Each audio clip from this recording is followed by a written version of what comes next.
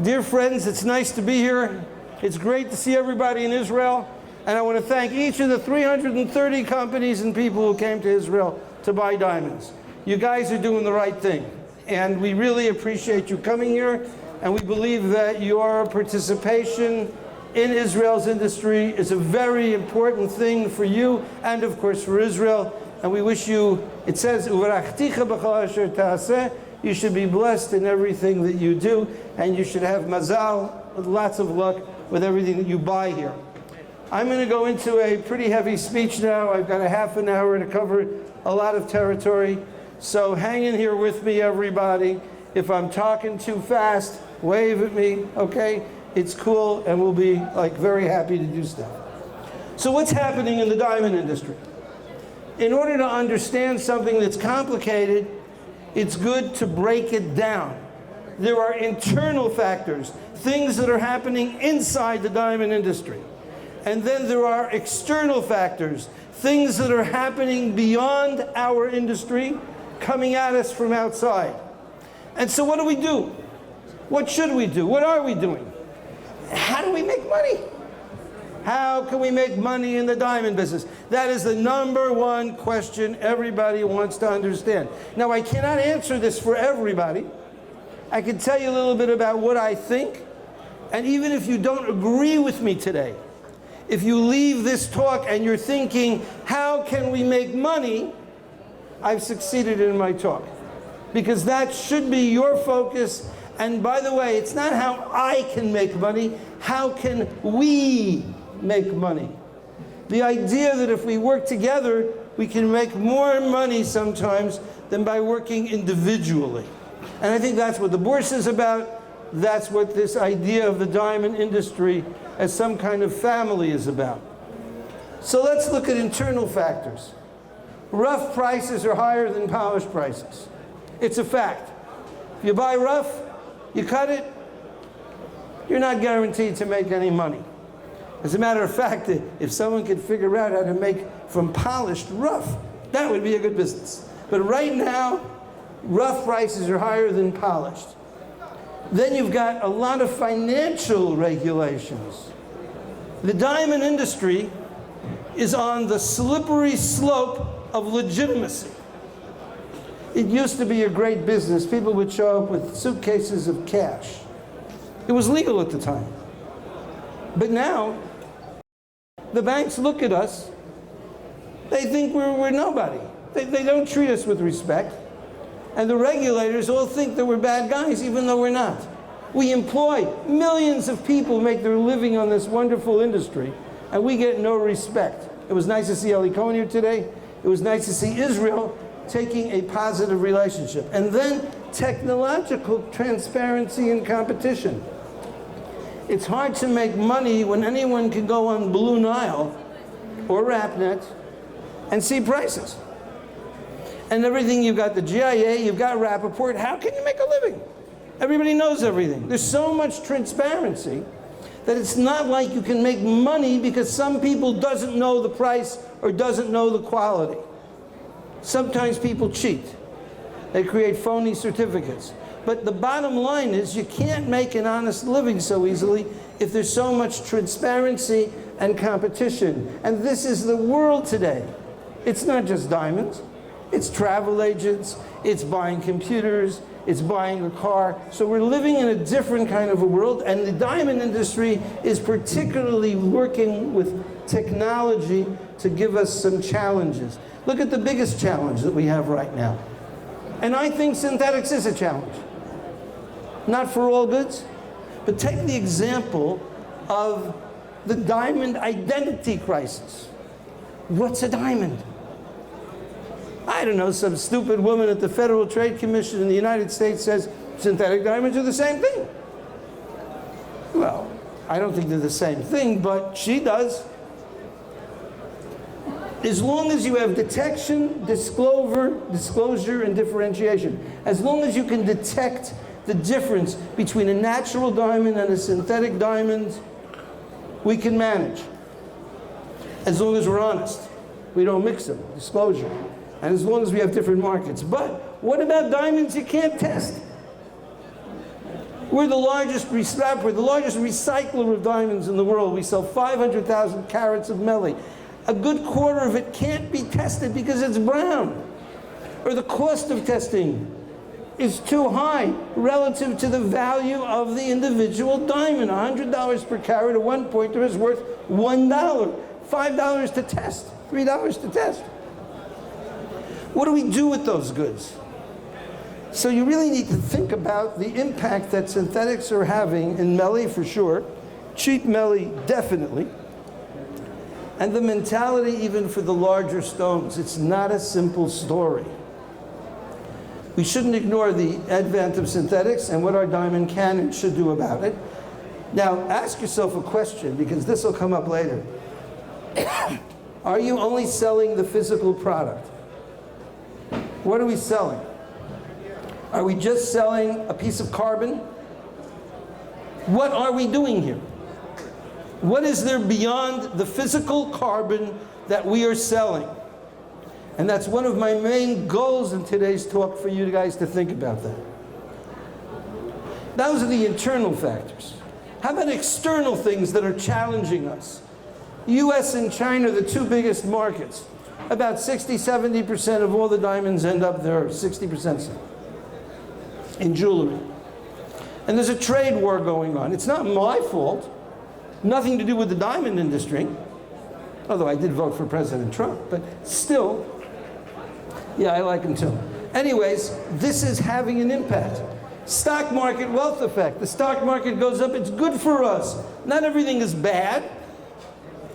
So when people feel rich because their stock went up, even if they don't sell the stock, they feel rich, they buy diamonds. The wife says, show me, show me, show me. And when stocks go down, step away. Before Christmas this year, we had a 20% drop in the S&P 500. So we are now being pushed around by things beyond our control. And the world is changing quickly. And so we're like a ping pong ball in the ocean. We go up, we go down, we are changing. And this is creating a lot of challenges for us. Think about the global currencies. If the rupee went down 10%, so maybe the Indian market doesn't buy, but if the credit lines for the Indians are based on rupees, and the rupee goes down 10%, right away, 10% of your credit line is gone. And now the banks want 30% reduction in credit altogether before March 31st, the end of the year. So we're in a marketplace with credit, with other things happening, well beyond the scope of our industry. There are external forces and there are internal forces. Look at demographics, which is a positive. China, 1.4 billion people. America is only about 400 and something million. But 37 is the average age. But look at India, 1.3 billion, 27 is the average age. Which means half the people are under 27. Some percentage of those 1.3 billion Indians are going to be buying diamonds and diamond jewelry. Maybe fashion jewelry, maybe other stuff, but these are markets. And then there's a trend which I'm going to talk about of socially responsible consumers. Rich people who want to feel good because they're comfortable. The thing they're buying makes the world a better place. Millennials. The we generation. I grew up as a baby boomer. It was the me generation. The millennials are the we generation. They're always weeing with each other. They're always socializing with each other. They're always communicating with each other. And the we generation is very much into social responsibility. So that's a trend that's coming from the outside. So now we're in this diamond business. So how do we make money with all this? All these challenges and all these things, where can I find my place? So the truth about globalization is that it's changing. It's not a guaranteed game. A lot of us built our business on globalization. You buy from India, you bring here, you go there. I am telling you the game is changing, and globalization is no longer the game it once was. I mean, this is Harvard Business Review back 2 years ago even. But I'm telling you, the idea of globalization, President Trump, the whole way the world is working, you're going to see less of it, which means less competition in some ways, less opportunities, but you need to think about what this means if you are a globalized trader like the diamond industry. And the mighty dollar. Dollar is strong, staying strong, which means in foreign markets, the price of diamonds is going up. You may not feel it here if you're trading in diamonds. But if you're trading in certain types of diamonds in India or China, when the local currency went down, diamond prices actually went up. And they're responding to that. So what's really going on in the diamond industry? Let's dig a little deeper. Essentially, we have a business that sells $81.6 billion. They pull 16.6 out of the ground. These are Rapaport estimates. Here $1 billion, there $1 billion, okay? Some of it's from the Bears, but say 16.6 billion. Polished exports are 22, so the polished guys make $5.7 billion. Jewelry, they add another, then they put the polished in the jewelry, 3.2 billion. And then the diamond jewelry at retail is 56.1 billion. Altogether, we make $65 billion. Actually, it's a little more. You can add the 16, something like 70, $81 billion. That's this number here. But that's what we make. And we are all fighting with each other. Who gets the 65 billion? Is it going to be, I don't know, Blue Nile or James Allen? Is it going to be the dealer in Israel? Is it going to be the manufacturer in India? Who's going to get how much of the 65 billion? But the real game for us is to make a bigger pie. Is to increase the 65 billion to 100 billion. That's the future for the guys that are going to get rich. They're not going to be so much pushing each other around and I made a little more and this and that. They're going to be the people who figure out how to make more money from diamonds. That's the challenge. That's what we got to figure out how to do. Look at what happened with rough. Okay, rough, you can see over here that this blue line, this was the amount of carats. The orange line was money. So for a lot of years, I say that the rough prices went up because the amount of dollars they got, which is the orange line, was up. But the amount of diamonds they sold was down. So they kept selling the same amount of diamonds for more money. If I sell you 10 oranges for $10, the next year I charge you $20 for the same 10 oranges, I raise the price. And this is Kimberly process data, which I usually don't have a lot of respect for. But look what's happening now.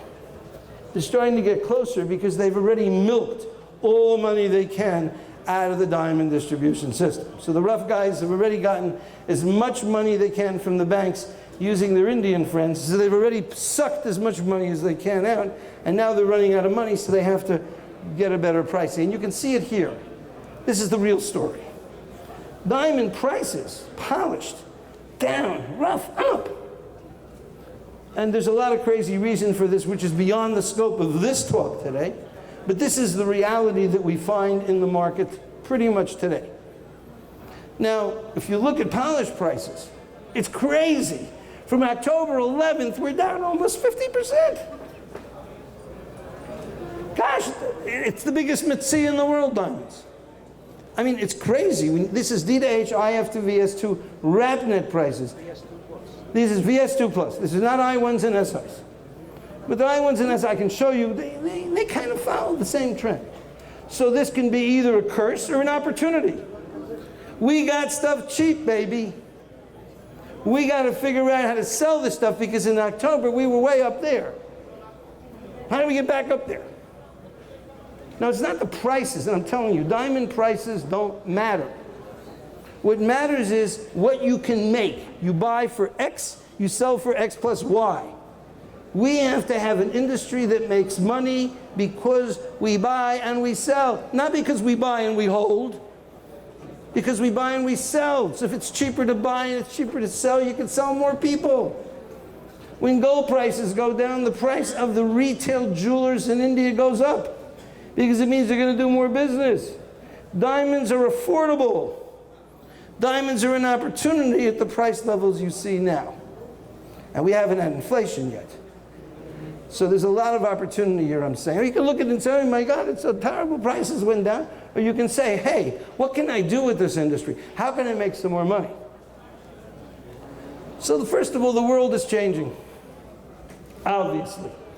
I've been saying it for many years, but now everybody knows the world is changing and the opportunities are changing. And you got to ask the question, are diamonds dying? Are people saying, I don't need diamonds? Now, thank God, God created women. And women are smart. And women want diamonds. Price goes up, they want them. Price goes down, they want them. And we just got to figure out how to sell them. But I don't believe that diamonds are dying. But let's understand this. Diamond manufacturing is not a profit center. I said in Belgium 15 years ago, I said diamonds are for suckers. And they said, no, Mr. Rapaport, diamonds are for Indians. I said, fine. Bottom line is, diamonds manufacturing is not where the money is. The money is not in making diamonds, the money is in selling diamonds. So let our friends in India produce all the diamonds they want. That's not where the profit is. They got to fight with the bears, then they got to fight with the buyers, then they got to fight with interest rates. I feel a little sorry for them, actually. So what's our game in Israel? Where can you make money? Get the right diamond to the right customer, which means you got to segment the diamonds. Don't sell steak to vegetarians. Don't sell high-quality diamonds to people who want to buy I1s. Understand that there's many different qualities. The right diamond to the right customer. Segment out your customers. Is he a retailer? Is he a dealer? Is he a mom and pop? Is he a chain? Get to know your customers, and at the right time, at the right price. You do those 4 things, you're going to make money. How to do them? Not so simple. But that is really where I see Israel having a very strong capability and a strong hand. Being able to segment the product, segment the customer, understanding what the customer wants. And I'm going to keep talking about that now. So let me tell you a story. It's actually from the Talmud. So it's, let's see, who was the Melech before David? What? Shalom Melech. King Saul is on the road to Jerusalem. And on the road to Jerusalem, he sees a target. And in the middle of the target's an arrow. See, just like here. And he sees another one, and another one, and another one. And he says, wow, that is the greatest archer in the world. Bring me that archer. I want him to teach my soldiers to shoot really well. And so the Gemara talks about the wise children of Jerusalem. The Medrash said it was actually David. They bring him a 10-year-old kid. He says, you, 10-year-old kid? How do you do this? He says, very simple. He says, first I shoot the arrow, then I draw the circles. Got it? That's called target marketing. That's called customer centricity in the words of Harvard. That means your customer is what's important, not your product. You're not selling diamonds. You're selling people. Understand what the person needs and then adjust with the diamonds so you can sell the guy what he needs. You need to transcend, as I'll say, the product to the customer. Think about the customer and then think, what can I do to make that customer happy? Because the business world is transitioning. It's moving away from products to customers. Transcend the product to the customer. If I try to sell him X, he doesn't want X, I don't walk away. I say, what do you need? I'll sell you Y, I'll sell you Z, I'll sell you A, I'll sell you B. Think about the customer more than the product. Stop selling diamonds, sell customers. Sell segmented customers, and segmented means that you divide up your customer. He's a retailer that sells big stones. He's a retailer that sells small stones. He's a wholesaler. He's a dealer. He's a jewelry manufacturer. Segment your customers and give them curated products.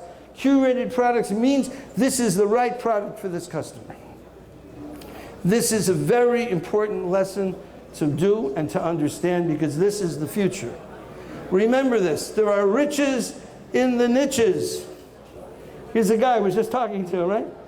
And I look at his table and he's got fancy pinks, beautiful, vivid, fancy pink. I say, how much? He says, no Rapaport list for this. I say, okay. But he said to me a few years ago, I said there are riches in the niches. So he became Melech Pinks. I don't know, whatever he is over there, okay? The idea that you have a specialized area where you are the best in is a very healthy place to be, assuming there are customers for it, okay? But this is the idea, riches in the niches. Find your place, find where you're an expert, and find your customers. So what's your story? What's your story? It's not the product. If all you're selling is a piece of carbon, go sell synthetics. What is your story? You got to sell the idea behind the diamond, not just the diamond. How do you make the diamond sexy? How do you make it interesting? Think deeply about what people really want. Don't just push your product. See if there's pulling. Like I tell my kids about dating. I say the secret to successful dating is the guy chases the girl until she catches him. Okay? So the name of the game here is to go after the customer, then stop. Listen to the customer. Get the customer what the customer wants. So think about it. Who are your customers? What do they truly want? And what story can you tell them that they want to hear, that they believe in? All right, I'm going to now give you a 4-minute video about Sierra Leone. It was shot by my son, and he ended up getting malaria from this whole trip. But it's something that we saw as a way to add value to diamonds by relating to where they come from. And it's something that I believe in passionately, which is fair trade diamonds. It's not for everybody. It's just our story about it. We made a story that we think that we can add value to diamonds. But you can do so with good design. You can do so with fancies. You can do so any way you choose to tell your story about diamonds and adding value. But I'm going to show you what Rapaport is doing, and then I'll try to make a little case for Israel. So if you'll excuse me, we now have I hope it'll work. Let's go to the work.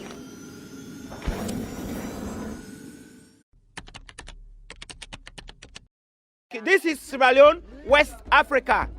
Sierra Leone, Connaught District, West Africa. Not East Africa, not South Africa, not North Africa. Sierra Leone, West Africa, Sierra Leone.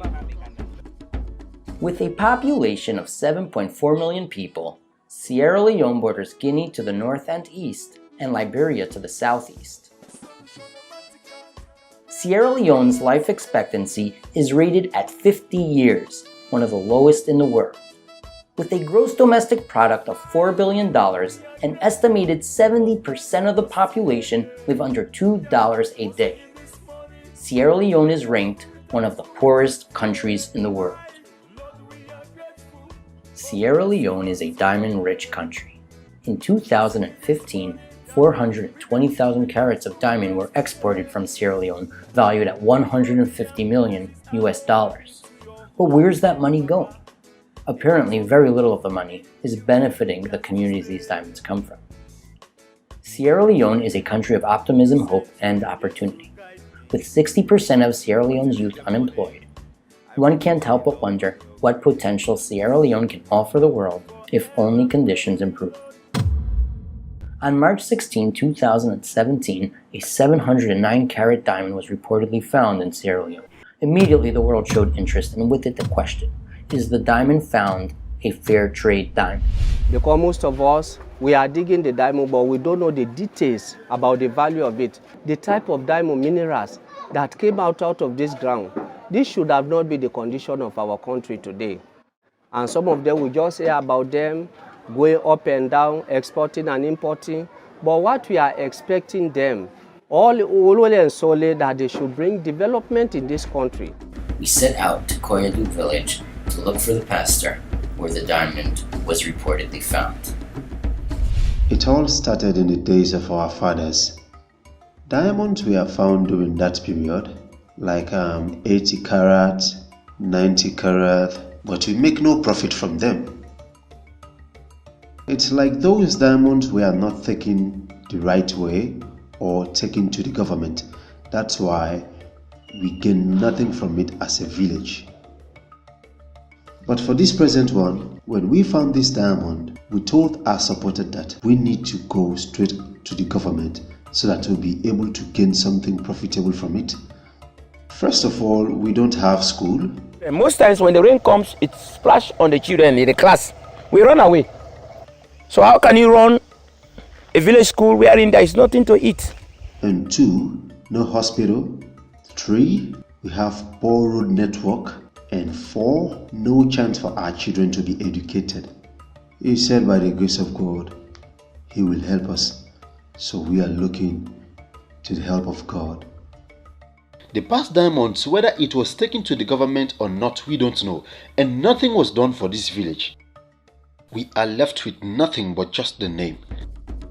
After hearing from the villagers about life in Koyadu, we went to visit the site where the 709-carat diamond was found, located in the forest a few kilometers from the village. This is the place where the diamond was found by Pastor Momo. We start 5 o'clock. We move from the bed. We come to the working place. We mine with shovels. We don't have machine that can help us. We do physical challenges. I was seated over there on top of that stick. On top of that stick, they pulled the gravel. Chief was also pulling the gravel. They saw the diamond. The children rushed and took the diamond and gave it to Chief. Chief gave it to me and I put it in my pocket. And we gave it to our pastor. I have never seen such type of diamond before. We were doing this job without any food. We only eat beans. Visiting Koyadu village and learning how difficult life is in Sierra Leone made me realize just how much this diamond can help these people. And when we came to the Director General's office one morning, and he told us Rapaport has expressed interest, we were all excited because we know what Rapaport stands for. We know the role that Rapaport played in Sierra Leone after the Civil War to transform the image of our diamonds from blood diamonds to peace diamonds. No good road, no water supply, no electricity. What to eat is absent. The diamond can bring us light here. So if whosoever buy the diamond, let him come with light in exchange. Barter system, we are no more slaves. Africa, we are no more slaves. Yes. I am Pastor Emmanuel Momo. I'm a diamond digger from Sierra Leone, Konodi Seeds. Please buy our natural diamond.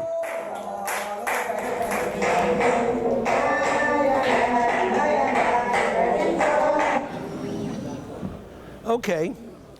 All right. So that gives you a little bit of an idea of other members of the diamond industry. You know, we're not just retailers and diamond people and dealers in Israel. These diggers are as much a part of the diamond industry as anyone in this room. And there's a couple of million or so of them, a million or so. There's a lot of stuff out there floating around with a lot of opportunity. So let's try to understand where we can make money. Because in the end, it doesn't pay to be good unless it pays to be good. Sustainable economic development is what has to happen, not charity. And these are proud people. I'm proud to say also I was in the village about 2 months ago, and we put in electricity for the first time. They actually had lights in Koyardu, that village where the diamond was found. It's amazing to understand how these people who have never had more, they don't have anything. And now they're starting to get stuff. The government's bringing in stuff. There's electricity coming into the village, and we're changing their lives. And here's the game. The more people see that if you sell the diamond through the government, you get benefits to the village, the more people will give diamonds to the government, pay taxes, instead of smuggling them. The reason there's so little in Sierra Leone is because the diamonds were always sold to smugglers for fast cash.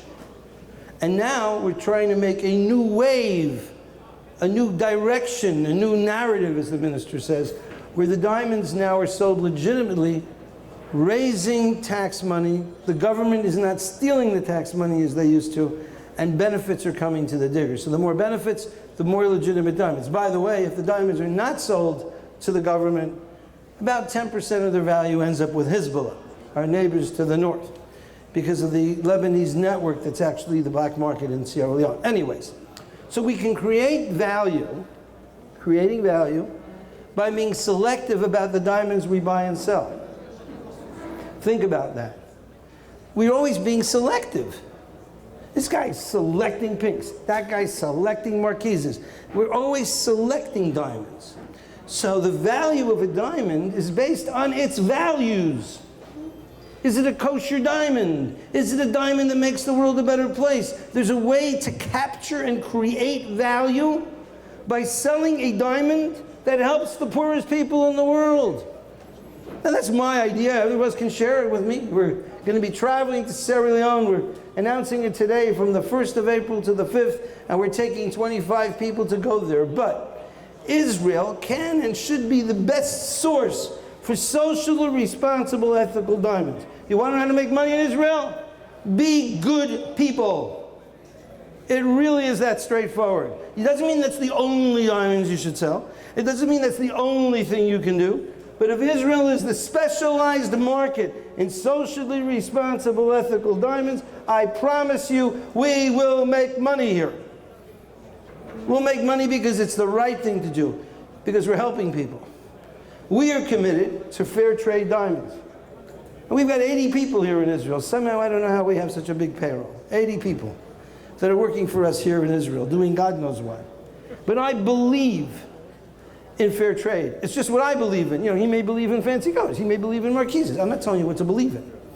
I'm telling you what I believe in as an opportunity for how to make money. Because that's what I said in the beginning of this talk. How do we make money?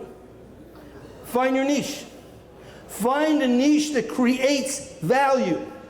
I can create value on a diamond by knowing where it comes from and saying this diamond helps this village with this electricity. I can actually show how this diamond is more valuable because of the way it makes the world a better place.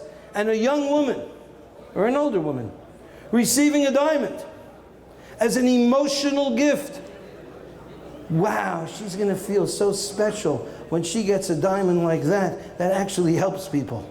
Because it's about love. It's about emotion. The diamond is not about carbon. And it's not even about the table percentage or the depth percentage. It's about the gift. It's about the emotional value behind the diamond. That's what we should be selling. And therefore the synthetics aren't such a big problem. So in conclusion, there is a reason God gave diamonds to the poorest people in the world and made the richest people desire them. 709 carat from a village with no water, no electricity, nothing, no school, nothing, sitting under leaves. Lawrence Graff buys it for $6.5 million. The richest people in the world are going to end up with this diamond. Think about that. So what is God doing? So moving money from rich people in exchange for diamonds from poor people. That's tikkun olam. That's being an agency that makes the world a better place. That's what we can and should be doing. Because face it, our business is about exchanging diamonds for money, money for diamonds. That's what we do. That's how we make our parnasa. That's how we make our living.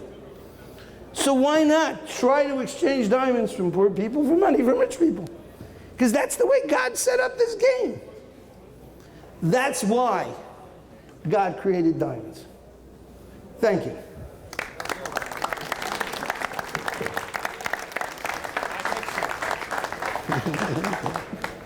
זהו, חצי שעה. Lawrence Graff. Graff. Thank you very much. As usual. בסדר? בסדר. טוב, אני מנסה לענות. תודה רבה לך. הבאת גם תיקון עולם, זה הכי חשוב. נכון, זה תיקון עולם. אז אתה לא תהיה פה השבוע פה? מה? תודה רבה לכולם, נתראה מחר. אני לא אם אני אהיה פה, אני אהיה בתל אביב. אני אהיה Thank you all. We will see you tomorrow. Have a good night. כן, אין בעיה. Thank you, Mr. Rapaport.